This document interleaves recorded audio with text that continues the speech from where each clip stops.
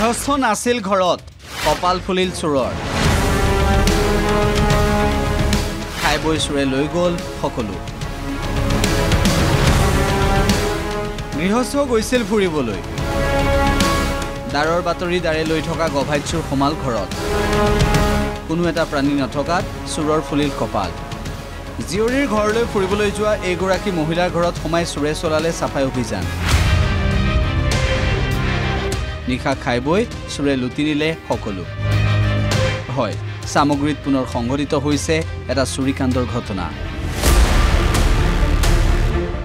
চামগুৰি গেন্ধালী বেবেজিয়াৰ দীপ্তিমা ফুকন নামৰ মহিলাগৰাকীৰ ঘৰত কোনো নথকাৰ সুযোগ লৈ চোৰে চুৰি কৰি লৈ যায় 10-12 লক্ষাধিক টকাৰ সোণৰ অলংকাৰৰ লগতে বহু মূল্যৱান সামগ্ৰী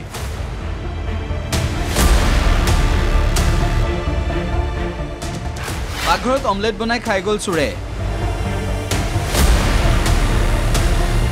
ড্ৰয়িং ৰুমত বহি কৰিলে আৰাম আমলেট বনাই খাইছে অকমান ৰাইচ আছিল কেৰাহীত মই হেতু পেলাব নহল গুছি গলো এই ৰাইচখিনিৰ লগত আমলেট বনাই পেলাই খাইছে তেওঁলোকে চোৰৰ দিন ইমানেই ভাল আছিল যে গৃহস্থ আহি পাব বুলি কোনো টেনচন ল'বলগীয়া নহল বৰঞ্চ বিন্দাস চোৰে পাকঘৰত সোমাই বনালে অমলেট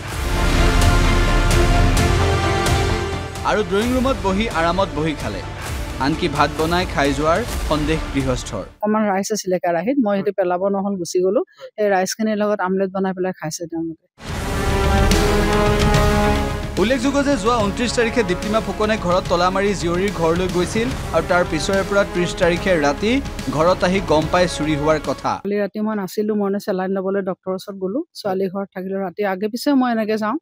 থাকিলো তাৰপিছত ক'ব নোৱাৰো চুৰ হৈছে বুলি আবেলি সময়ত মই আকৌ চেলাইন ল'ব লাগে ঘৰলৈ আহিছো কিবা এটা নিবলৈ তেতিয়া নিব আহোঁতে দেখিছো গোটেই তলা চলা ভঙা চুৰ কৰি লৈ গ'ল কালি এনে সোণৰ ভিতৰত মোৰ 4ডাল চেইন আছিলে কাণফুলি দুযোৰ আৰু সৰু বেবীৰ কাণফুলি আছে বেবীৰ চেইন এডাল আৰু হীৰাৰ আঙঠি এটা আছিল আৰু দুটা এনে সোণৰ আঙঠি 30 তাৰিখে নিশাই আৰক্ষী উপস্থিত হৈ চুৰিকাণ্ডৰ লগত জড়িত থকাৰ সন্দেহত কৰণ সন্দিকৈ নামৰ এজন যুৱকক আটক কৰিছে ওচৰৰ ল'ৰা এটা ইতিমধ্যে চুৰ হৈ আছে বহুত চুৰ হৈছে আগতে মানে সেই 3-4 মাহৰ আগত চুৰ কৰিছে আকৌ এমাহ আগত চুৰ কৰিছিল আমাৰ নামঘৰৰ শৰাই আৰু তালযোৰ লৈ গ'ল আকৌ সিদিনাখন আমি বিয়াটো ওলাইছে ল'ৰাটো চুৰ কৰি থাকে মোৰ বৰজনাৰ ঘৰৰ পৰা ভাই শহুৰৰ ঘৰৰ পৰা কাঁহী বাতি এযোৰ চুৰ কৰিছে আকৌ ওচৰৰ মানুহৰ কাঁহী বাতিবিলাক চুৰ কৰে পুলিচে সেই ল'ৰাটোকে মই সন্দেহ কৰি দিছো নাম দিছো তাৰ নাম কৰণ হেণ্ডিকৈ অৱশ্যে চুৰিকাণ্ডত আৰু কোন কোন জড়িত আছে সেয়া পোহৰলৈ অহা নাই bureau report the news plus